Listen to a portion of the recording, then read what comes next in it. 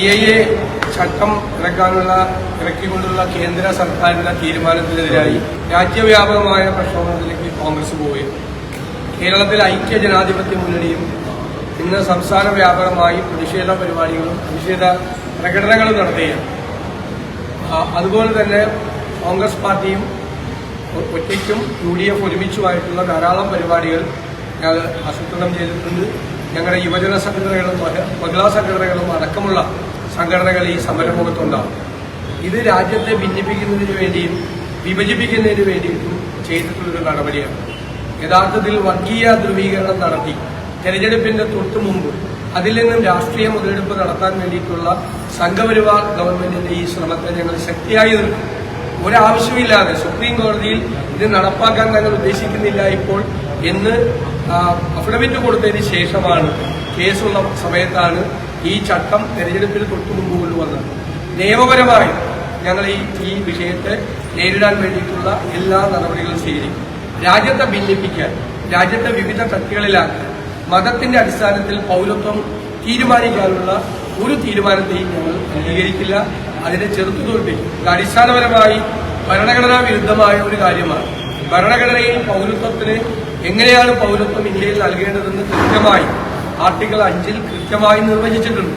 അതിന് വിരുദ്ധമായ നടപടികളാണ്. ഭരണഘടനാ തത്വങ്ങൾക്കെതിരായിട്ടുള്ള ഒരു നടപടിയാണ് യഥാർത്ഥത്തിൽ ചെയ്തിരിക്കുന്നത്. ഭരണഘടനയെ തന്നെ അട്ടിമറിക്കുന്ന രീതിയിലുള്ള ഒരു നടപടി രാജ്യത്തിന്റെ അടിസ്ഥാന തത്വങ്ങളിൽ നിന്നും ഇന്ത്യ എന്നുള്ള ആശയത്തിൽ നിന്നും അകന്നു പോകുന്നതിന് വേണ്ടിയിട്ടുള്ള നടപടിയാണ് ഈ കാര്യത്തിൽ സ്വീകരിച്ചിരിക്കുന്നത്. അതുകൊണ്ട് ഒരു വിട്ടുവീഴ്ചയും ഇല്ലാതെ അതിനെ ചെറുത്തു തോൽപ്പിക്കുകയും ഭരണഘടനാ ആശയത്തെ നിലനിർത്താൻ വേണ്ടി ഏതറ്റം വരെയും പോരാടാനാണ് ഞങ്ങളുടെ തീരുമാനം. സംസ്ഥാന സർക്കാരിന് ഇക്കാര്യത്തിൽ എത്രമാത്രം ആത്മാർത്ഥതയുണ്ട്. 2019 ഈ പ്രക്ഷോഭം കേരളത്തിൽ മുഴുവൻ എല്ലാവരും നടത്തി. ഞങ്ങളായിരുന്നു അതിന്റെ മുൻപന്തിയിലുണ്ടായിരുന്നത്. അന്ന് 835 കേസുകളാണ് ഇതിനെതിരെ എടുത്തത് സംസ്ഥാന ഗവൺമെന്റ്. പിന്നീട് മുഖ്യമന്ത്രി ഉറപ്പ് നൽകി ഈ കേസുകളെല്ലാം പിൻവലിക്കും. ആക്രമണ സ്വഭാവമുള്ള കേസുകൾ ഒഴിച്ചു അത് ഏതാണ്ട് 100 കേസുകളുണ്ട്. അതൊഴിച്ചുള്ള എല്ലാ കേസുകളും പിൻവലിക്കുമെന്ന് പറയുന്നത് ഇപ്പോഴും കഴിഞ്ഞ 5 വർഷക്കാലമായി കോടതി കയറിയിറങ്ങി നടക്കുകയാണ്. ഈ സമരത്തിൽ പങ്കെടുത്ത എല്ലാവരും ഈ സമരത്തിന്റെ ഭാഗമായി ഇന്ന് എല്ലാവരും അതിന് കോടതി കയറിയിറങ്ങി നടക്കുകയാണ്. 835 കേസിൽ 69 കേസുകൾ മാത്രമാണ് ഈ സർക്കാർ പിൻവലിച്ചത്. 5 കൊല്ലമായിട്ട് ഈ കേസുകൾ പിൻവലിക്കാനുള്ള ചെറുവിരൽ പോലും ഇവരനക്കിയില്ല.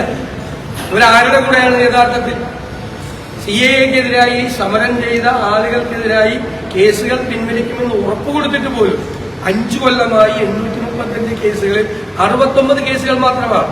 ഞങ്ങൾ നിരന്തരമായി നിയമസഭയിൽ ചോദിക്കുകയും നിയമസഭയിൽ ഈ വിഷയം ഉന്നയിക്കുകയും ചോദ്യമായി ചോദിക്കുകയും ഒക്കെ ചെയ്തിട്ടും ഒരു തരത്തിലുള്ള നടപടി ഗവൺമെന്റ് സ്വീകരിച്ചില്ല. അപ്പൊ CAA കൊണ്ടുവന്ന കേന്ദ്ര ഗവൺമെന്റിന്റെ കൂടെയാണോ സംസ്ഥാന ഗവൺമെന്റ്? അതിൽ മുഴുവൻ അവരെല്ലാം ഇരകളായി മാറിയിരിക്കുകയാണ്. ആ കേസിൽ നിരന്തരമായി 5 വർഷമായി CAA പ്രക്ഷോഭത്തിൽ പങ്കെടുത്ത ആളുകൾ കോടതി കയറിയിറങ്ങിക്കൊണ്ടിരിക്കുകയാണ്. എന്തു മര്യാദയാണ് അവരോട് സർക്കാർ കാണിച്ചത്? ഇന്നലെയും സമരത്തെ ആക്രമണ സ്വഭാവത്തോടുകൂടി നേരിടാനാണ് സർക്കാർ ഇപ്പോൾ ശ്രമിക്കുന്നത്.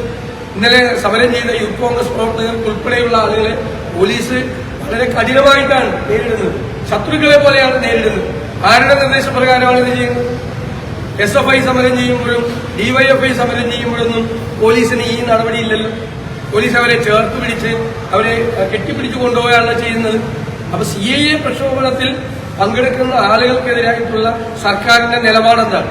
അപ്പൊ സർക്കാരിന് ഇക്കാര്യത്തിൽ ഒരു ആത്മാർത്ഥതയുണ്ട്, അല്ലെങ്കിൽ കബളിപ്പിക്കുന്നതിന് വേണ്ടിയിട്ടാണ് ഇത് ചെയ്യുന്നത്. അവർ യഥാർത്ഥത്തിൽ BJP സർക്കാരിന്റെ കൂടെയാണ്. കേരളത്തിൽ ഇപ്പോൾ ഇത് നടപ്പാക്കേണ്ട ഒരു പ്രായോഗികമായ വിഷയങ്ങളൊന്നും വരില്ലല്ലോ. വളരെ അപൂർവമായിട്ടുള്ള കേസുകളാണ്. ഇതൊരു പൊതു തത്വമാണ്.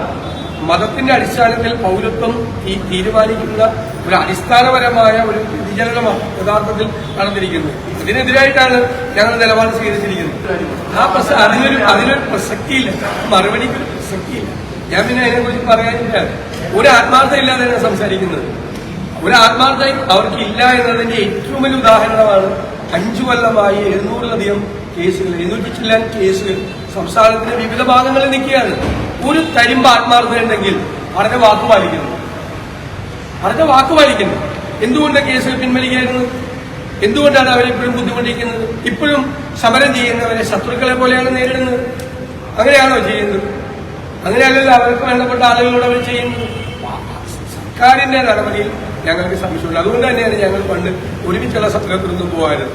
ഇന്ത്യൻ യൂണിയൻ മുസ്ലിം ലീഗ് കേസ് കൊടുത്തിട്ടുണ്ട്. അഖിലേന്ത്യാ കോൺഗ്രസ് കമ്മിറ്റി ഇതിന്റെ നിയമ നടപടികളുമായി സ്വീകരിച്ചിട്ടുണ്ട്. ഞങ്ങൾ അതിന്റെ നിയമപരമായ നടപടികളുമായി ഒരു വശത്ത് പോകുമ്പോൾ മറുവശത്ത് സമര പരിപാടികളുമായി അതിന്റെ ഉള്ള പ്രതിഷേധ പരിപാടികൾ തീർച്ചയായിട്ടും നടക്കും. അതാണ് ഞങ്ങൾ കാര്യം.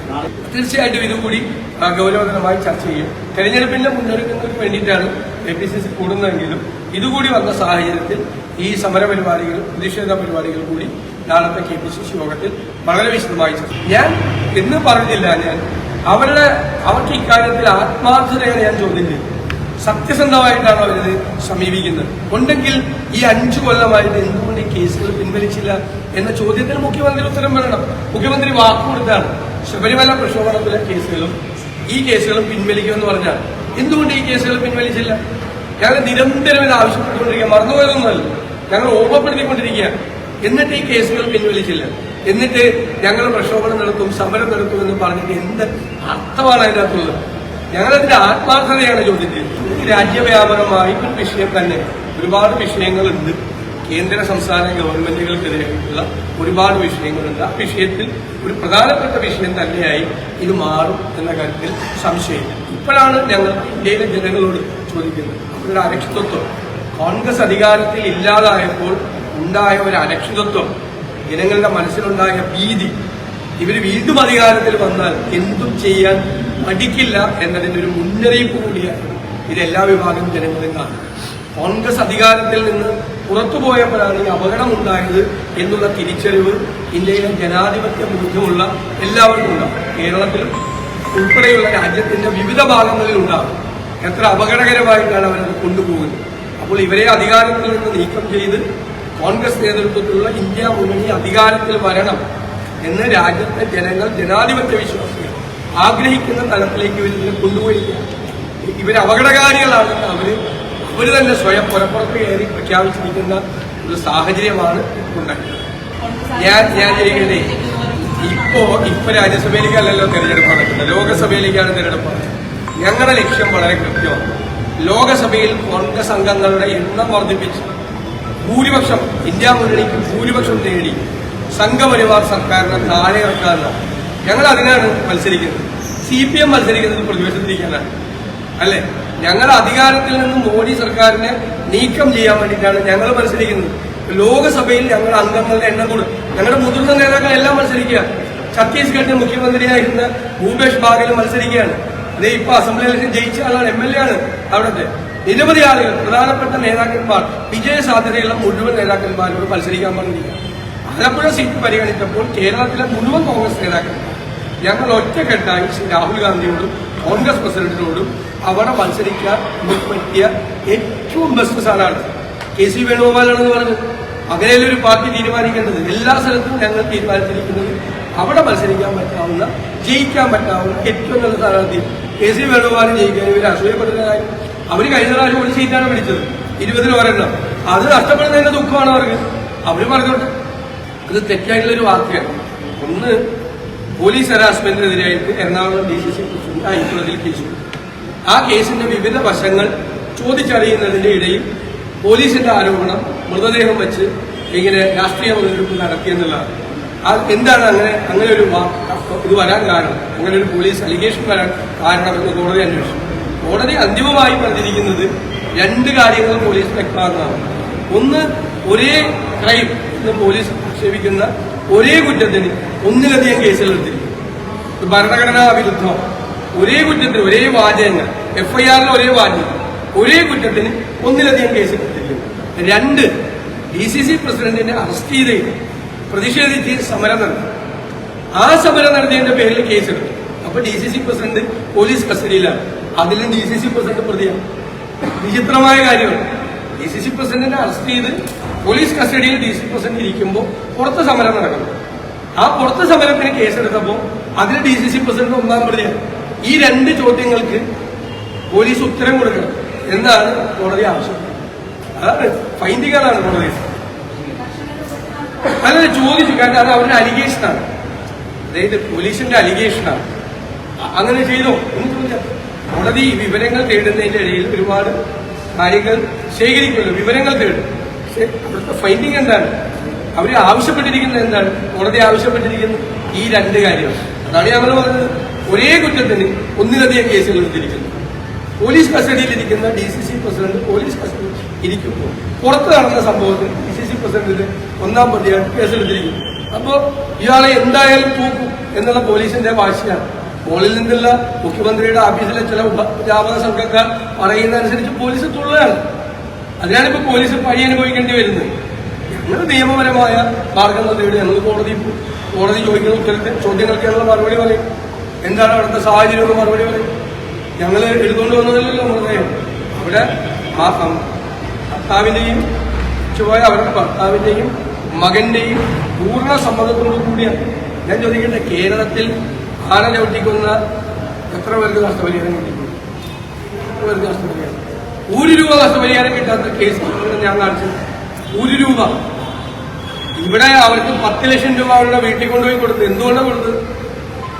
ഈ സമരം നടത്തിക്കൊണ്ട് ഈ DCC പ്രസിഡന്റും കാത്തു തൊഴിലാളികളും അടക്കമുള്ള ആളുകൾ അവരുടെ നേതൃത്വത്തിൽ അവരുടെ കുടുംബാംഗങ്ങൾ ഉൾപ്പെടെയുള്ള ആളുകൾ സമരം നടത്തിയതുകൊണ്ട് മാത്രമാണ് അവിടെ ഈ 10 ലക്ഷം രൂപ വീട്ടിൽ കൊണ്ടുപോയി കൊടുത്തത്. ഇത് കൊടുക്കൂല. നഷ്ടപരിഹാരം കൊടുക്കാതെ നിൽക്കുന്നുണ്ട് ധാരാളം ആളുകൾ നിൽക്കുന്നുണ്ട് കേരളത്തിൽ. അപ്പൊ കയ്യും കാലം കളന്നുപോയ ആളുകൾ കടുവ കരടി ആക്രമിച്ചിട്ടും ആറ്റുപോക്ക് ആക്രമിച്ചിട്ടും ആന ചവിട്ടിക്കൊന്ന് ജോലി കൊടുക്കാമെന്ന് പറഞ്ഞ എത്ര പേർക്ക് ഒരു ജോലി കൊടുത്തില്ല? എത്ര വീട്ടിൽ പോയി ജോലി കൊടുക്കാമെന്ന് പറഞ്ഞ കേസുണ്ട്, കൊടുത്തിട്ടില്ല ജോലി.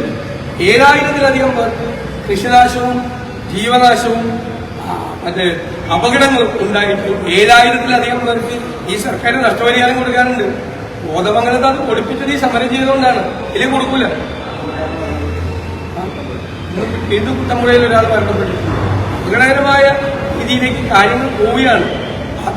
ഈ സമരങ്ങൾ നടന്നില്ലായിരുന്നുവെങ്കിൽ ഇത് സ്വാഭാവികമായൊരു കാര്യം. വന്യജീവികളും ആനയും കരടിയും കാട്ടുപോത്തും കടുവയും വന്ന് ആളുകളെ പിടിച്ചുകൊണ്ടുപോവുകയും കന്നുകാലികളെ കൊണ്ടുപോവുകയും കൃഷി നശിപ്പിക്കുകയും ചെയ്യുന്നത് സാധാരണ സംഭവമായി മാറും കേരളത്തിൽ.